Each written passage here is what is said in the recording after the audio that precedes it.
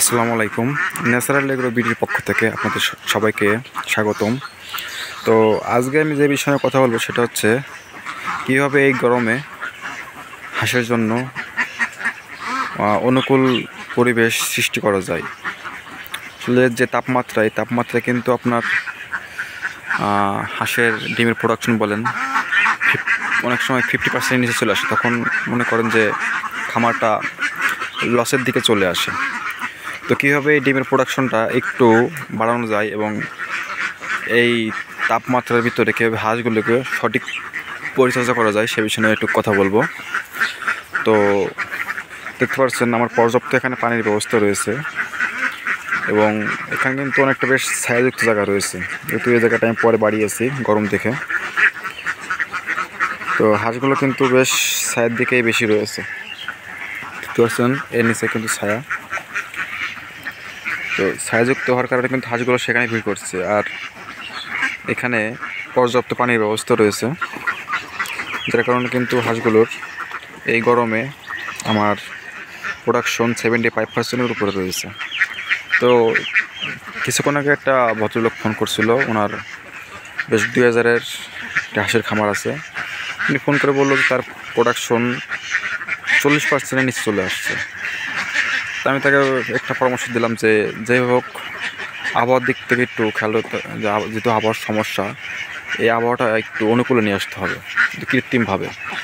অনেক সময় দেখা যাচ্ছে যে টিনের উপরে ফকার লাগাইলে ঘরটা ঠান্ডা হবে, সে সময় দেখা যাচ্ছে যে অটোমেটিক্যালি কিন্তু প্রোডাকশন আপনার বেড়ে যাবে। আর এই গরমে কিন্তু হাঁস খাবার কম খায়, সেক্ষেত্রে প্রোডাকশনও কম দেয়। তো এখানে দেখছেন আমার খাবার কিন্তু আমার 24 ঘন্টাই থাকবে সামনে, ওর যখন প্রয়োজন তখনও খাবে। তো একটা হাঁসের পিছনে আমি দিনে 120 গ্রাম করে খাবার ইনশিওর করি, এর বেশি খাবার দিই না আমি। তো এইভাবে করে কিন্তু আপনারা ডিমের প্রোডাকশনটা রাখতে পারেন। আর এই যেহেতু প্রচণ্ড গরম তাপমাত্রা, আজকে 42 সেন্টিগ্রেডের উপরে, তো যদি পারেন একটু বিটেইন সমৃদ্ধ কিছু ওষুধ, যেমন বিটাকুল, বিটেইন, তাছাড়া অন্যান্য মেডিসিনগুলো আছে যেমন ড্যাক্টোস, মোনোহাইড্রেট, ইলেকট্রোলাইট, স্যালাইন, এইগুলো দিয়ে রাখতে হবে। এটা যদি না পারেন তাহলে সর্বশেষ একটু উপায় আছে, সেটা হচ্ছে আপনার লেবুর পানি,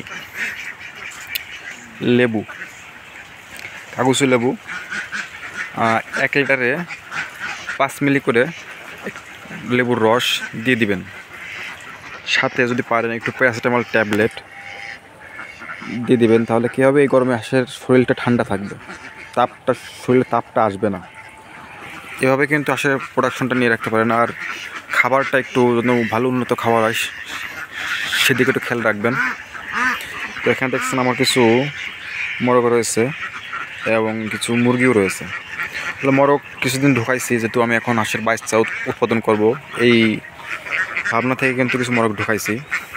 তো আপনাদের যাদের হাঁসের বাচ্চা লাগবে, আমি এখানে ডিসক্রিপশনে ফোন নম্বর দিয়ে দেবো, আপনারা সেখান থেকে যোগাযোগ করে হাঁসের বাচ্চা নিতে পারবেন। তো সবাইকে ধন্যবাদ।